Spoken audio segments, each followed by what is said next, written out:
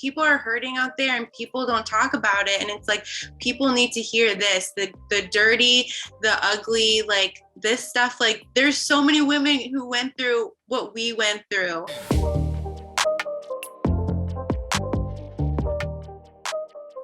Hey you guys, welcome back to the channel. My name is Michaela, and this episode is also on the podcast app under Raised and Redeemed. I'm really excited to introduce you guys to today's guest. Her name is Beth Rivera, and I met her on Instagram at BethyBoo with 2 eyes. She writes a blog on living her Beth's life. Yes, there is a pun there intended.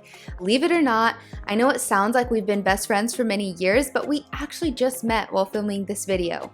And I think a big part of it is Beth and I's stories are just so similar in being drugged through the dirt relationally before realizing that we need Jesus and we can't do it without him. So if you can relate to the trauma and drama of ungodly relationships and now learning to do it God's way, this is the episode for you, because we show you why it's so worth it now that we're here on the other side and happily married and figuring out the next part of our lives without the chaos. Love is not pain, and that's a big part of the message that we hone in on. Without further ado, let's get on to the show. I was looking at your blog, and just for starters, it says that you've traveled to 17 different countries. Is that correct? Yeah. So which is your favorite one? Oh my gosh. Probably Holland. Oh. And I also went to the Holy Lands in Israel. Oh my So goodness. yeah, and Jordan and all of that. So I would say for like beauty wise, like Holland, Switzerland. And Okay. then like culture wise, Spain. I lived there like the longest. And Which part of then Spain? Barcelona. No way. Yeah. So I've been to Barcelona. I actually had like a sort of dark story because I was robbed there. But I learned a lot of life lessons about not trusting everybody and, not smiling at everybody, and just how blessed I am to live in America. I didn't appreciate America as much until I had that experience and just like the law that we have here. So, but how long did you live there? I lived there for like 4 months. Okay. And I was an au pair. So I taught, like I had a host family. I lived with a host family. Yeah. And then I taught their children English and they like, paid for my room and board, gave Yes. me like a stipend and stuff like that. So I was able to like travel like on my off time and stuff. Oh my goodness. That's so cool. And so all the other countries that you went to, were you doing something like that? So when I went to all the other countries, so my visa was just a tourist visa. So it was kind of up. So I kind of called those other countries into like a European tour, like a backpacking situation. So I was only in each place for like a week or a few days. And then to like kind of stay traveling even longer, that I went to another continent. So that's how I kind of that's when I went to the Holy Lands. And Okay. yeah, and then I was there, I think, for like 2 weeks. This is like a dream for so many people. It was my dream. Yeah. It was my dream. And I actually got out of like a horrible toxic relationship and was like, I was tired of living for someone else. Mhm. And I was like, I want to live my life. And so I put all my stuff in storage and I found a host family in like a week. And I just like went with like one suitcase, whatever money I had. And I just went and I was like, God's going to lead it. And that's it. And I did everything alone. And that was so much time for him to speak, and it's so much time to learn about yourself, like you were saying, and like how you were saying, like you learned so many things, like how to trust people or not and stuff like that. Like, oh my gosh, there were some airports that I was like, am I gonna not come home? Yeah. Yeah. Honestly, it's a great experience. It's so brave that you would go out there, and do that on your own. But there is so much to learn in that too. And yeah, I'm curious, where did you grow up? So I was born in Illinois, Macomb, Illinois, like a cornfield, Okay, me too. basically. Well, Indiana, but a cornfield in Indiana. Stop. Yeah, I swear. But I think it's interesting, like people like us who grow up like in such a, I don't want to say like sheltered necessarily, but yeah, like there's nothing to do out in these fields where you just develop this thirst to go see the world and experience life and do things. Did you know God before you set sail, or was that something you developed along the way? So I was raised Catholic, like strict Catholic. Um, Okay.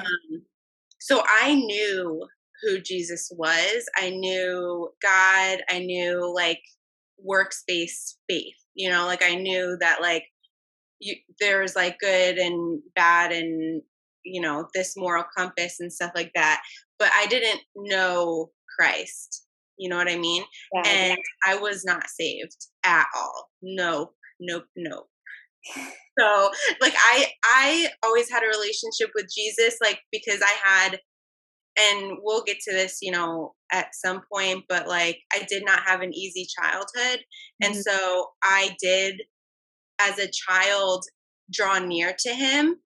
just out of instinct, like just Yes. hearing about who he was. And I was just talking to my husband about this last night, and I was just like, whoever this is, yes, I'm on board. Like even as like an 8-year-old, I'm just like that guy. Yes. Yeah, Like yeah. I believe. I just was like, but as far as being saved and living my life for him did not come until much after that. So How old were you when it did happen? when I got saved, Mhm. um 30. 30, okay. Yeah, I'm 34 now. So I think I was Okay. like 29 or 30. Yeah, yeah.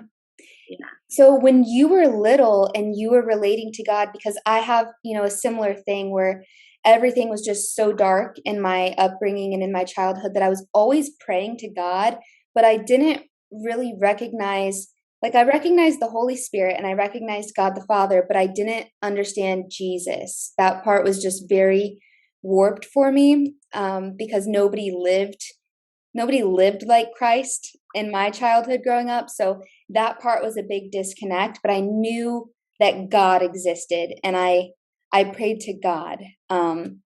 But so I think that's what led me into trouble as I became a young adult is like I still believed in God, but that's kind of what led me into the new ageism is God is still, God is still a part of that. But it's not living like Jesus and it's not recognizing Jesus as your Lord and Savior in the new age belief system. So I think that was kind of like a swift funnel for me into that lifestyle. So I'm Right. curious because my husband grew up Orthodox.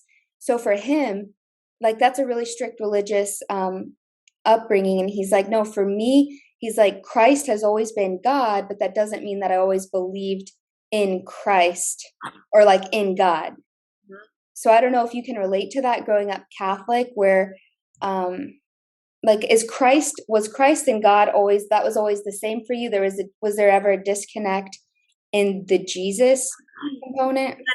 So wow, like now that I know him, it's like crazy. I try to think back at like what I thought he was back then or like before I was saved. It was almost like he wasn't real. It was almost like yes, there's like a trinity, right? Like the Father, the Son, the Holy Spirit, and they're one, Mhm. right? That's what they teach you. And, they teach you that, but they don't go through. I mean, at least in my experience in Catholic school, we didn't learn the word, like the actual word, like the Bible. We didn't like really use the Bible that much. So um, as far as like who Jesus was and like the stories of like his heart, like now I watch The Chosen and I'm like, Oh oh yeah, my gosh, like I'm just like, wow, like if I understood earlier yeah. his heart, like So just to answer your question, like I totally relate to that. Like it was not a very personal Yeah. it wasn't a very personal relationship. Yep. It was very like you have to confess and you have to do this and you have to do that, and Mhm. then you can like be looked on, then you can be like adored by him, then you'll be in his favor. But if Yeah. not, then it's kind of like you're not a good Christian. Right. So all So the rules and religion, but not the relationship with Jesus. exactly. So, and what I was telling my husband last night too was it's so crazy. Like I needed him really really bad when I was a child. Like I didn't have anyone to like be like, "Hey, are you okay? Do you know that you're loved? Do you know that, you know, you have someone there for you?" Like Yeah. so I had a relationship with him before I knew like that was possible. Yeah, yeah, yeah. you I know understand that. so like it's almost like the innocence of a child, how he Uh-huh. says like that's how we're supposed to love him. Yeah. Like I did love him like that, and then like the world kind of screwed me up a little and then Yes. it Yes. kind of tarnishes that. Yeah, I have so many reflections on that. Like, what ended up leading me to Jesus was seeing a demon in this toxic relationship that I was in. But yeah, so I saw this and it was like a primal instinct, like an intuitiveness that literally led me back to Jesus, like right away after that. Like, I had denied Jesus for 2 years, hardcore. Like, I was like, into the goddesses and the universe and like the new age belief system, Oh yeah. right? Yeah. Yeah. So that's what I was all about. And then the moment I saw darkness and I was trying to figure out like what is this? Um, and how did I open up this portal and this and that? Like Jesus came to me right away. Anyways, like I don't want to talk about myself too much, but yeah, it's crazy how it's literally like when you're little or you're up against serious danger and like spiritual danger, you come back to the truth really quickly. Like you remember what the truth is, like because it's in you, like it's a part of, it's like literally your physical biological He's makeup. in us. Yeah. Yeah. Totally. Oh gosh, I can't wait. And I purposely didn't, because you have a highlight that's like my story, and I purposely didn't click on it because I was like, I want her to tell me. I want the face expressions. I want the tone. I want everything. So like oh my gosh, you saying that, I'm just like, wow, like I can relate so much to that. Just like the 2 years and like the darkness and how he like pulled you back. Like Yeah. same. It actually is a perfect segue because, like I said, I had a really horrible relationship right before I moved to Spain, like put my stuff in storage, moved to Spain, and started like living for myself and like soul searching. The fact that I even was in a relationship like that, it just says a lot about who I thought I was and whose Mhm. I thought I was. Mm. And I just was seeking validation from the wrong places. I didn't know my worth. I didn't know who I was living for. I was confused. I was lost. And I was with someone who just, was not taking care of my heart and was not going to take care of my heart. Yeah. Um, and so, I mean, it really was a blessing that that ended. And I went and I did all this soul searching. Mhm. And when I came back, I was like, I want to be so like gung ho for God that I don't want to be hurt again. I want to find someone who loves Christ too. I want to find a church. I want to like I was coming on to the idea of living for him, but I Mhm. wasn't quite there yet. But I was like he was working, Yeah, right? yeah, I get that. He was working, and I was just like I know kind of what you're saying, but I'm not sure what it looks like because I lived my whole life, destructive and having boyfriends like left and right. And I Got don't it. know like how like TMI this is for your podcast, but like I was intimate with almost every boyfriend I had. I was just like, Yeah, I mean, me too. I That's was lost. yeah. I didn't know, I didn't know what my body like was for. I didn't, I was just like, oh, this is what you do. Like Yeah. you get a boyfriend and you have sex and you pretend like you play house and Yeah. whatever. Like that's what you do. That's if you don't, it's looked down upon almost in this world. And so, but it was very clear that that was not what God had for me. And so I was like, okay, let me try and find someone who's in the faith. I want to find a church. I had no idea what that was. I still was like wanted to be Catholic because my dad was super, super judgmental about it and Mhm. strict. Like, this is how I raised you. And, I really respected him. Um, and so I was just scared to leave. I was scared to like go outside of that. So I tried for like a year to find a good Catholic church. Mhm. And that's when I met my next boyfriend. After I got home from those travels, I was living in Tampa, and I met him on like Bumble or something. And Okay. I was just like super living for myself. And like, I knew I was going to find some, like, have higher standards this time and like all this stuff. Um, and it just ended up being not very godly. And I really thought that it was going to be. And like, Mhm. he was a person who I think, like, I don't want to talk bad about anyone, but like, he was one of those Christians who was like not really hasn't really handed over his life to Christ, Yeah, if that makes sense. it does. So I started going to church with him. And like, it's just a small example, like we would sit outside until worship was over and then go in, Okay. Yeah, you yeah. know? Yeah. That's one of the best parts. What is he doing? But I didn't know, I didn't know anything. I was just like, oh yeah, I don't want, like, that's awkward. Like, I don't know the word. So I was just such a baby, like to Yes. all. So I was just like believing everything he said, that he wanted that life basically. And I definitely wanted to wait to be intimate. And it was clear that he did not. And so this relationship played out, and it was like, I think we waited like 6 months, and like he did not make it easy for me. Mm, And, of course, all those signs I didn't pick up on because I just wanted to find love yeah. and I wanted to believe in it. And my childhood and all that stuff, like my family life and all that kind of plays into it too. Cause I just wanted a partner in life. I wanted someone to like be my teammate and like live life for me for Christ and like be that, like Oh, I I want, get it. Yes. you know, and I just wanted that so bad. And so I tried to make it something it wasn't. Yes. Um, so I ended up, um, moving in with him, and there was a lot of like toxic things going on.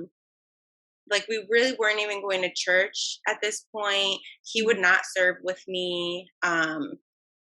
I felt a lot of this heaviness, like this darkness. Like I wasn't in his purpose. And, Mm, I would pray about that. And he had one of my friends connect with me that I hadn't talked to in like 10 years. And she was straight up, Michaela, she was like, you need to move out of his house. And I was like, huh? oh, chills. I was like, me too. Oh my gosh. I was like, what? And she was like, girl, you need to move out of his house. You need to stop having sex with him. Yeah. And you need to, she's like, if you want to be with him and if he's the one, then you need to get your own place or work it out and Yeah. work it That's out a real separately. friend. That's a good friend. Oh my gosh. And Yeah. I had not talked to her and it was God Yeah. working with her. And I was just like, but I just moved in. I talked to her right after I moved in, like his timing, right? Yeah. And so I was like, I just moved in. There's no way I'm going to move out. And she's like, you have to.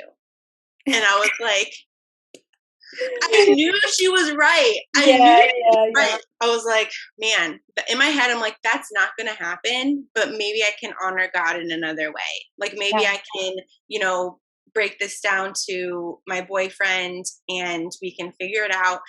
And I'm so curious to know what happens next. oh my gosh. So literally that week, my boyfriend completely shut down. He started treating me so bad. He would not talk to me. There was zero communication. He would belittle me. He like like when I tell you it was clear as day. I called my best Wow. friend and I was like, I think I'm moving out. And she was like, wait, what? You guys are solid. Wait, what? She was like so confused. And Yeah. I was like, I need to move out. Isn't it crazy? Like the minute you take sin out of it, like you stopped, because I'm guessing you did stop sleeping with him, and then that clarity came. Mm-hmm. Yep. Yeah. I started sleeping with him and he threw a fit and he made me feel horrible. Mhm. And it just was so of the flesh. Everything about Yes. it was just so of the flesh. And, you know, he was lost too. And so two lost people can't find him Yes. together. Like we needed to set, we couldn't live together and be having sex and find him. Like Yeah. it was clear that something needed to change. And we were having an argument or something. And, you know, he was just treating me so bad. And I legitimately was like, this is crazy. I'm going to like try and figure out how I can move out, like set something up so I'm not like on the street. Because Yeah. this is a side note that like, we probably don't have time for it all, but he had convinced me to quit my job and he would support me and all this when I moved in with him. So I had no job, no car, no money, no nothing. And Wow. so I had to set something up for myself. So I literally, my friend worked at a temp agency and I was like, hey, I need a few $1,000s. Like, what can you give me? I don't have a job. I need to set something up for myself just to get out of this place. And she was like, all I have is something in Naples where you're delivering FedEx packages. So I delivered FedEx packages. And can I tell you, we're going to run out of time. Oh my God. I think we're doing good. The time is flying, actually. Oh my goodness. We're fine. Just There's well, going to you be know like a what? part two. If we run out of time, we'll end this Zoom and we'll start another Zoom and we'll just compile Okay. it. Okay. So I'm doing this, and this should have been another red flag, right? Like that he allowed me. He was well off. Okay, let's just say that he was good. He was Yeah. good. But while I was struggling and trying to like pay for things, like he wanted me to still pay for things, and that was one of the ways I was like, oh my gosh, I think my friend's right. I think I need to get out of here. This is so dark. This is so heavy. And and so I was like, hey, I'm going to Naples to deliver FedEx packages for a week. So I have money to like give you for groceries and stuff. And he was Mm-hmm. like, okay. And I was like, okay. And so Yes. I went and I was a runner. It was for Christmas time, right? So I basically I was with like a delivery person in their truck and I would run the packages to Okay. people's doorsteps. Okay. And I needed the money so bad, but they only wanted runners to have 2 days of work, right? Each. They let me stay the entire like the whole week. I was there for one whole week. They let me work every single day overtime, which was exactly to the amount that I needed to pay my bills, first of all. Okay. Second of all, they put me on a truck with this lady who spoke so much life into me. I'm about to cry right now. Runners are supposed to be shared, because everyone wants a runner during Christmas. No one gets one the whole week. No one gets the same runner like the whole week. You have to share because everyone's inundated. Yeah. I was with this lady. I was with her every single day, randomly scheduled in her truck every single day. And every day she was like speaking the word into me. She gave Oh me my a God. devotional. She told me to read it every single day. She told me that I need to get out of this relationship. He sent a witness to me, 110%. Yeah. Someone Oh, completely third party, someone like not even in my life at all. And she spoke life into me and she was like, you need to get out of this situation. You need to be independent and you need to read that devotional every single day. So I get home, okay? I get home and I was like, the message is received. yes, I'm absolutely. like, I'm moving out.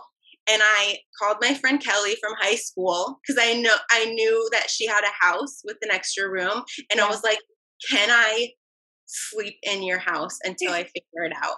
Yeah. I don't have anything. I can't pay you. I don't have a car to even get there. I was like, I need to stay in that room. I was like, can you help me? She was like, of course. Wow. And so that's what happened. I left him with literally zero notice. I was like, I gotta go. I'm sorry. I gotta go. And God sent me angels all along the way to help me and support me through it. And yeah, and then that's when the real journey began because I was basically couch surfing with no money, no job, no car. Wow. But Okay. I So, had him. I had him and I honored him. And at that point, that was enough for me. yeah. And I was just like, what now? What? Yeah. What's next? Okay, so I love how you said too, like the part of your story where, your friend reached out to you and and pretty much encouraged you. She was like, okay, like you have to get out of this. You have to move out. She encouraged you to stop living in sin with this guy. And then right after that, like God sent another person and he was just like speaking to you left and right so that you just could not miss his word. So I relate to that a lot in my story, like with my toxic relationship, this guy that I was with, that I did not think I could let go of this relationship. It was like a drug. And this was before I knew Jesus, but this was the relationship that I came to know Jesus in. So this guy was like technically a Christian. And at that time I was like super new age. Like we would argue about this because I'm like, it's the goddess. And he's like, no, it's literally Jesus. But he would say all these things, yet he was living in major, major sin because he was married and I had been engaged before this and I left this engagement, moved out, and I was going to be with this guy. And then I find out that he's like lying to us both. Like he's lying to his wife, that it's one thing, and he's lying to me that it's another thing. So I thought that he was like separated because I was in this engagement that like I knew was just broken. I knew this wasn't my person and I knew I had to get out. He didn't protect me. He like over sexualized me. But I don't want to make it seem like the guy I was engaged to wasn't a bad person. He was just like you said, a lost person and didn't protect me, didn't treat me like now my husband now like I don't know, like he's so protective and I've never experienced that. We'll get to like our good part. Like now we're in good relationships. We're married to men that protect us and love us. And that's so amazing. But we had to go through the dirt to get there. And so, yeah, I get out of this relationship and then I'm with this new guy. And yeah, like you said, I jumped relationship to relationship to relationship. And it was like love was like my drug, but it was like always kind of artificial. Like it was artificial, Right. and with this guy, like I was hurting so bad. And this was, so I started to realize, the games that he was playing because I would only see him like every other weekend. And he would say that like he wasn't with his wife anymore, but like I could tell that, he still was and she was still calling and still hyper involved and all these things. So I started to realize like it was all BS. but I still like just didn't know how to let him go. I didn't want to let him go. And him and I discussed together because he was a believer. So this is after I see the demon, after I start seeking, after I start going to church.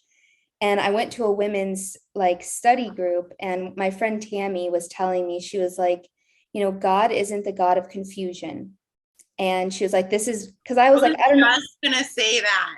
Yes, exactly. And God, like, God's not going to bring someone into your life that's going to cause all this chaos and pain. Because I kept questioning, I'm like, maybe he is my person, and maybe like this and that. And Tammy's like, no, like, that's not, that goes against the Bible, and God isn't going to go against his own word.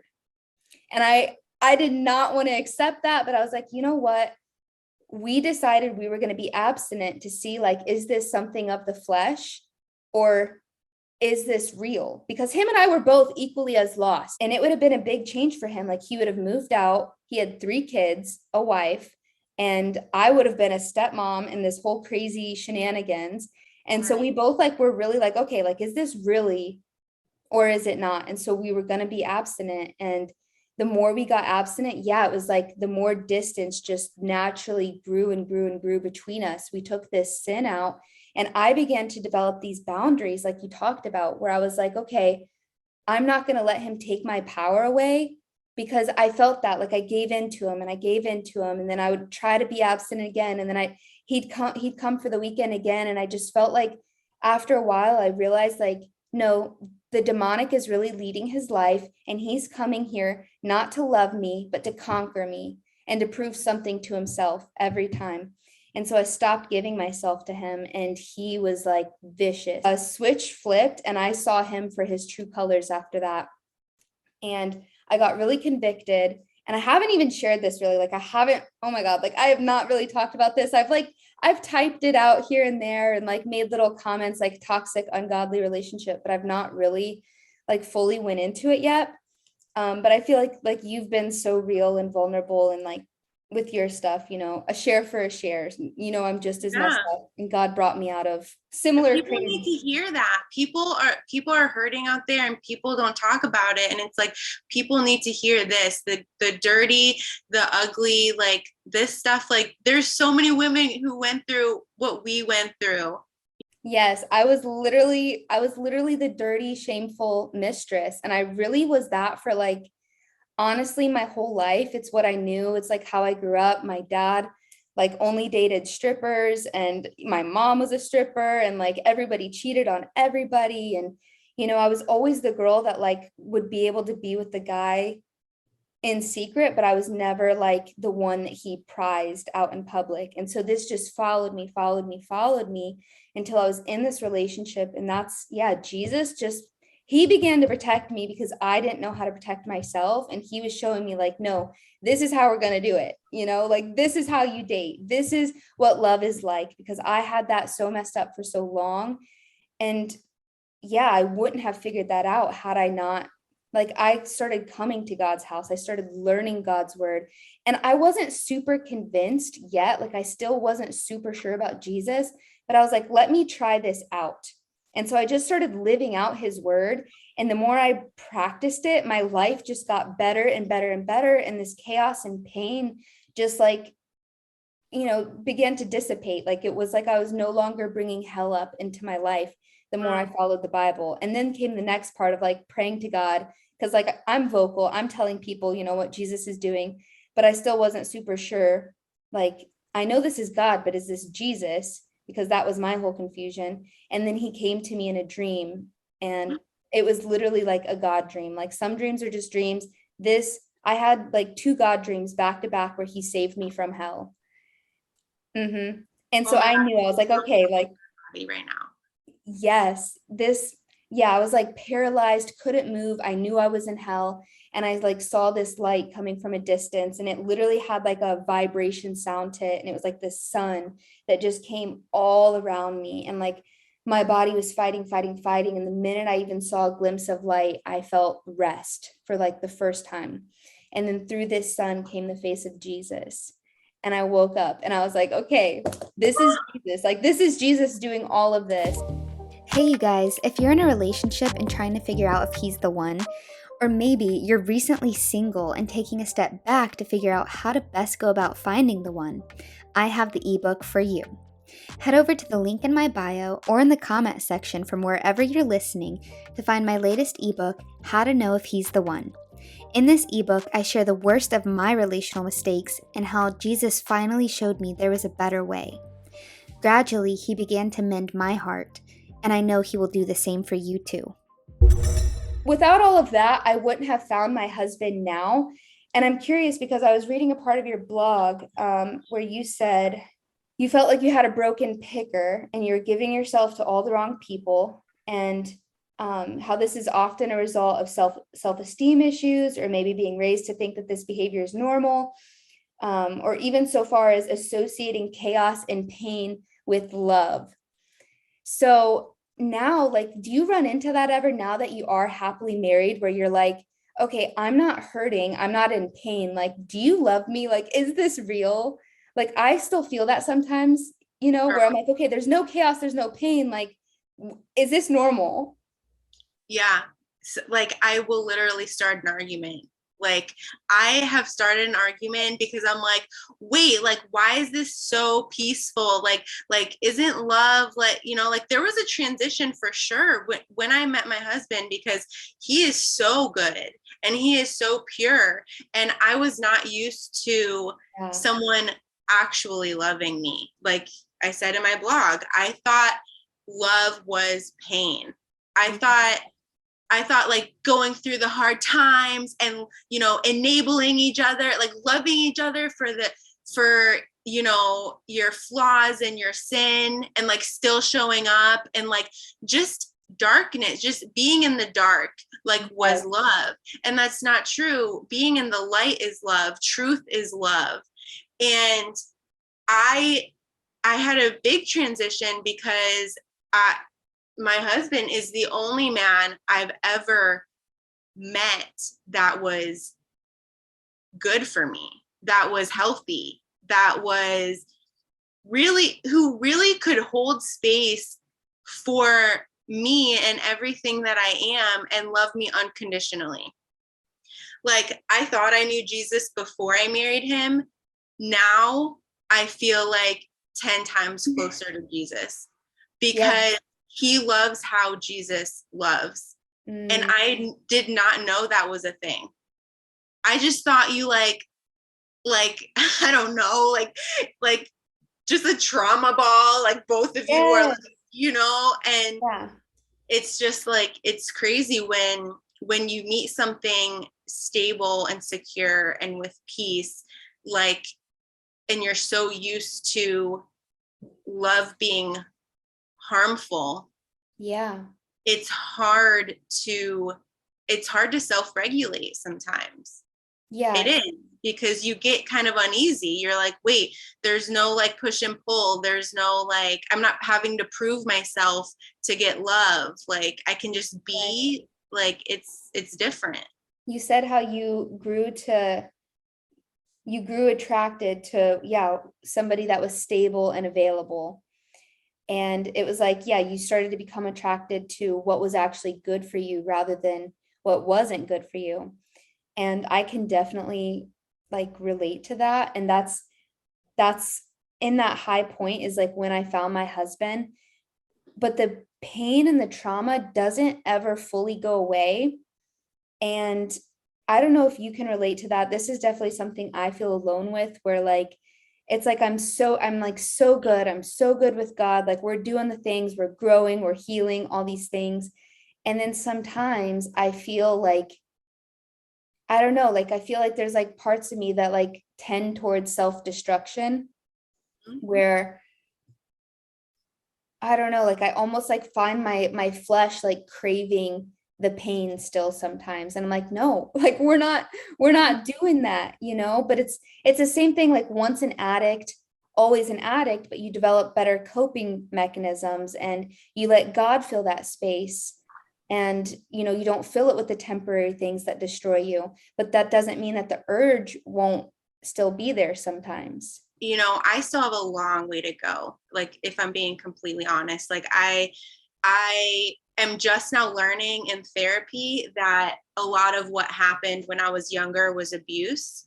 And that is extremely triggering. And you don't know when you're going to be triggered. You don't know when you're going to have this craving for like what love was in your past life.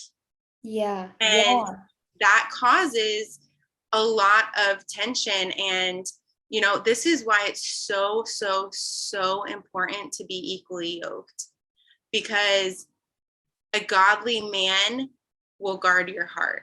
A godly man will take that and love you through it, and take all your blemishes and make them clean. And it is just so important that we tell women, that we tell girls, young girls, girls like us, that being equally yoked and finding godly man will absolutely 110% pay off, because this stuff does not just go away overnight. These soul ties we have, they do not go away overnight. You know, and that you need a strong, godly husband who's rooted in faith, who can carry you through that, because you can't do it alone. You know, I wish I had a better example, and I will, like one of our conversation, like you'll get to know me more, and I'll just be so transparent, because people need to hear the truth. And like, I don't know, I've started an argument over something because I want attention. Like, I've started an argument over something because I was feeling pain from a prior relationship, or pain that someone caused me that my husband would never do to me. And I get triggered, and I'm like, well, that's what guys do, and so I'm mad at you. like, you know, like, and it's just like, no, like, that's not, you know. And it's just, there's residual stuff from that. You said, and I keep referencing this blog because it was literally just so good, but you said you found somebody that was like so not your typical type though. So it's like he wouldn't do the things that, you know, that you were used to. So I'm in the same situation where my husband would literally, he would never do any of that stuff that was done to me before. And I guess, you know, I never feel like he would. I more so feel guilty because like I have this pain from the past, from past relationships, where like it scares me that I'm going to hurt him, because he's still learning how to like face his own emotional things, and like go there with his own healing and awarenesses. And so it's like he's rooted in like biblical living, and he's really good at, like, he never judges me, anything like this, but he doesn't always know how to respond. And I'm afraid I'm going to hurt him sometimes when I have these like feelings from the past come up. Mm-hmm. I can totally relate to that. And I've literally told my husband that he can leave me if he wants. Like, I was like, you deserve better. Yeah, I feel that way all the time. I'm like, you deserve somebody that can like fully love, because I feel like I'm like, I still feel broken. And this brings me back to another part. I think you said, I am enough. I am not broken. I am redeemed. You said that in the same blog I keep talking about. And like, I struggle remembering those things about myself, like, because I'm quick to say I'm broken, but, you know, I forget that I am redeemed. They're lies. And, you know, that's one thing that he always reminds me of, is like, I will go on this tangent and I'll just be like, you know, I blamed you for this, and I projected all my, you know, trauma onto like this, and I yelled at you, and, you know, I don't deserve you. Like, we don't believe obviously in divorce, but I'll say it out of emotion. I'll be like, just leave me. Like you deserve better. Like, be free, you know, like, you know, find someone who's normal, or like find someone who like doesn't have so many issues. Like, and he's like, everything you are saying to yourself is a lie. He's like, those are lies. And I'll be like, but I'm broken. And he'll be like, that's a lie. Like, we will yell and forth. Like, I'll be like, I'm this. He's like, that's a lie. Like, that's the enemy. And it's so true, because the enemy is working overtime with us. Let's just say that, because imagine all the women that we are going to set free by telling our story. He does not want, the enemy does not want our story out. The enemy does not want us to have healthy marriages. The enemy does Yes. not want this. He wants us down. He does not want this out. He's like, no, I don't want. They're going to save so many women. Oh They my are going to goodness. speak life into people.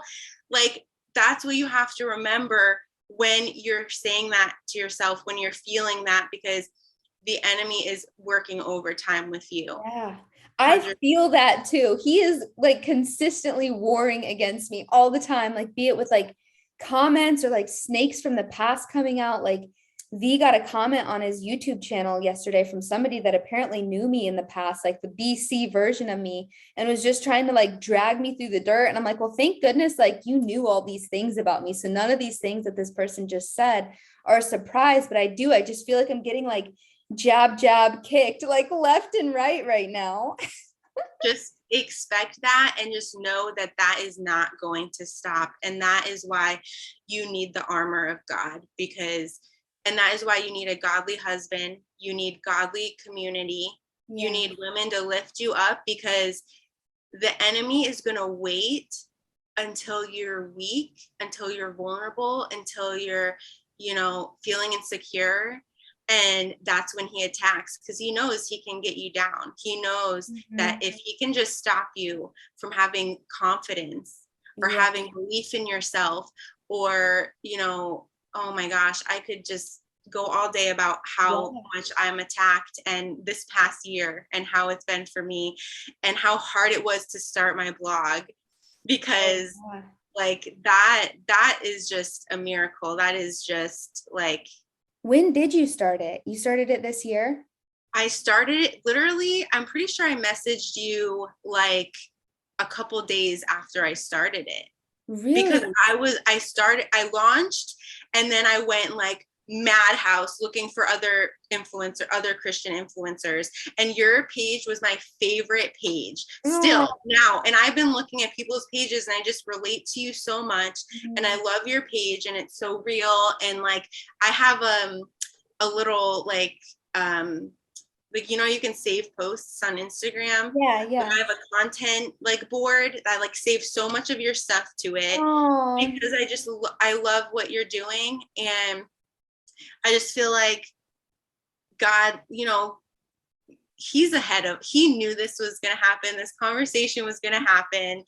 And it literally was like a few days after I launched my blog. And I have been talking about it for a very long time. And I was so close to launching last year, right before I got married. And my life took a freaking turn. Yeah, you just got married, right? So were you just like focused on this, or did something else happen? Well, so COVID happened, right? And so that's when I decided I was going to quit my corporate job, and like, cause they were like letting people go, and it was just getting like really crazy. And I was like, I have savings. I'm going to start this thing I've been talking about for so long. I'm going to start my blog. I'm going to be an affiliate marketer. I'm going to work from home. I want to be a stay-at-home mom one day. Yeah. And so I need to start something. Yeah. Oh my God, we're gonna be such good friends. I know. So yeah, I was just like, I want that. That's the vision for my life. I want to have something that I can contribute and do from home, so I can raise all our babies, all our Christian babies. And like, it is just to me like that. That's my vision. I want to move to North Carolina. I want to have a farm. Like, that's whatever. That's my vision. Okay, well, if I don't get a farm, I'm coming to hang out at your farm, because I need a farm in my life too, but I married a city boy, so we'll see how this goes. Oh yes, same. I'm like, babe, we are homesteading. Like, thank God he believes in like homesteading and stuff, because that's the only way I got him like reeled into, like, he loves the city, like the downtown walking places, like, and I'm just like, farm life, babe, farm life, like, Where's like he our from? kids can play. And like, he's originally from California, and then he moved here when he was like 8. So he's basically from like Fort Lauderdale, like the Fort Lauderdale, South Florida area. Wait, where are you right now? I'm in Pompano, or like I'm in Fort Lauderdale. You're 30 minutes away from me. Wait, That's crazy. why are we doing this in person? Okay, well, the next one is in person. Oh my gosh, the next one's in person. That's How are we crazy. down the street? Yeah, I had no idea. I had no idea. Holy Okay. cow. Okay, so how did you I want to know that too, how you met him. So you were in Florida, you moved out. Girl, Okay, yeah, so let you're me know. not gonna believe this.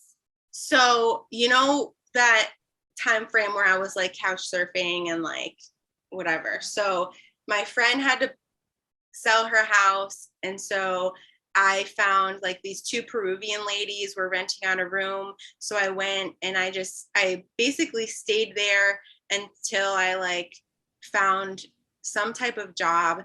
And I finally found a job in Pompano, and I was like, oh my gosh, like this is gonna be great.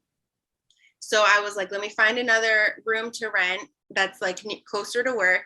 And so I went to like move in, and I had already started working the job. So I like really needed to like move my stuff in, and it was all in her living room. And I was like going through the process, and I realized that there's this big rug, and I was like, oh, like this is ugly. I'm going to throw it out. And under the rug, the entire carpet was like mold, and like it was like there was a leak from the AC.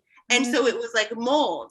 And so I was like, oh my gosh, like I'm a professional now. I have a job. Like I can't like live in her living room. Like I don't have a door. I don't have privacy. Like I was like, what am I going to do? And she's like, oh, like you'll just live on the couch. You can live on the couch for now. And I was like, oh my God, okay, you need to open a door right now and give me an advance with money, because I need to find my own place. And I could not afford it, but I was like, leap of faith, let's just see what he does. And so I went on this like super search. I needed to find a job like ASAP, because I was working. Like I had a real job now, and I like had to show up and look clean and have a mirror to get ready in and stuff. And so I basically had to like, I knew someone who worked at my job just randomly. I was like, oh my gosh, you work here too? Can I sleep on your couch? So like, I was just like, whatever. And she was like, yeah, whatever. Like the sweetest person ever. God like lined it up. So I was looking for places. I found the perfect place. It was like not too expensive. And God was like, yeah, that's where you're going to go. I was like, yay, I'm excited. And then the guy who was renting it to me was like, sorry, someone else wants it, and they signed the paperwork before you. And I was like, I need to fight for this. Like I've had a year and I'm fighting for this and whatever. And he was like, okay. I'm going to tell him I'm going to give it to you. And I was like, oh God, you're so good. Thank you so much. Like, this is the perfect place. It's right next to my work. Like I can afford it, whatever. And I was like praying. I was like, God, you're so good. Like, I can't believe how good you are. And he calls me back. He's like, hey, I'm sorry. I have to give it to the other person. Oh no. Anyway, I moved into this like a studio, and I like was not happy about it. And I was like, God, what are you doing? What are you doing here? Like that's fine. Like, I'm going to just trust you or whatever.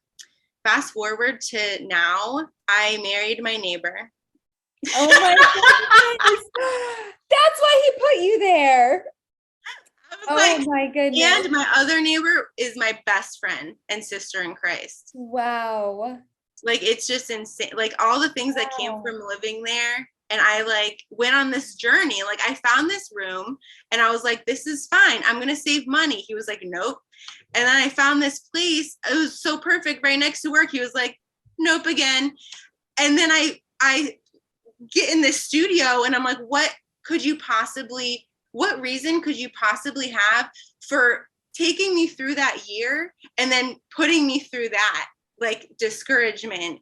And then now looking back at it, I met my best friends. I brought her to Christ. I brought my husband to Christ. He was not saved. Really? Girl.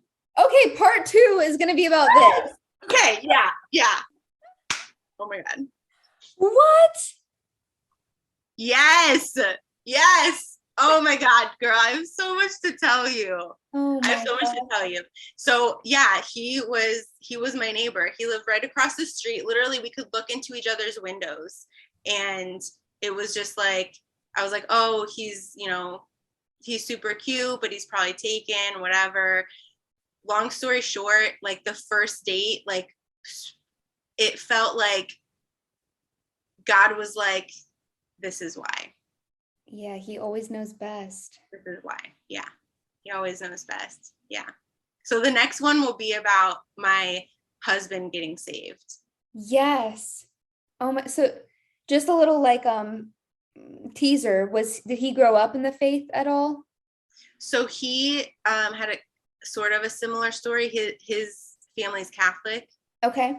So he just kind of, like, as he grew older, like, his dad passed away, and he had this anger and, teenage angst and all that stuff, to where he, like, fell out of it and then never went back. Yeah. And so when I met him, he was, like, into yoga and, like, just, like, something's up there, but Yeah. don't really know what. And I went in like a fireball and was like, this is what I want. This is what I need. This is what I will not live without. Yes. How do you feel about it? And that's how you get exactly what you want this time. Yeah. You know, and you speak it and you're honest. That's how I got my husband. And I was like, yeah, exactly. Like, these are my boundaries. This is what I want. This is what I won't settle for. Yes. Yes. Yeah. Straight away. I feel bad. Like, that was like the second day. I was like, do you want marriage?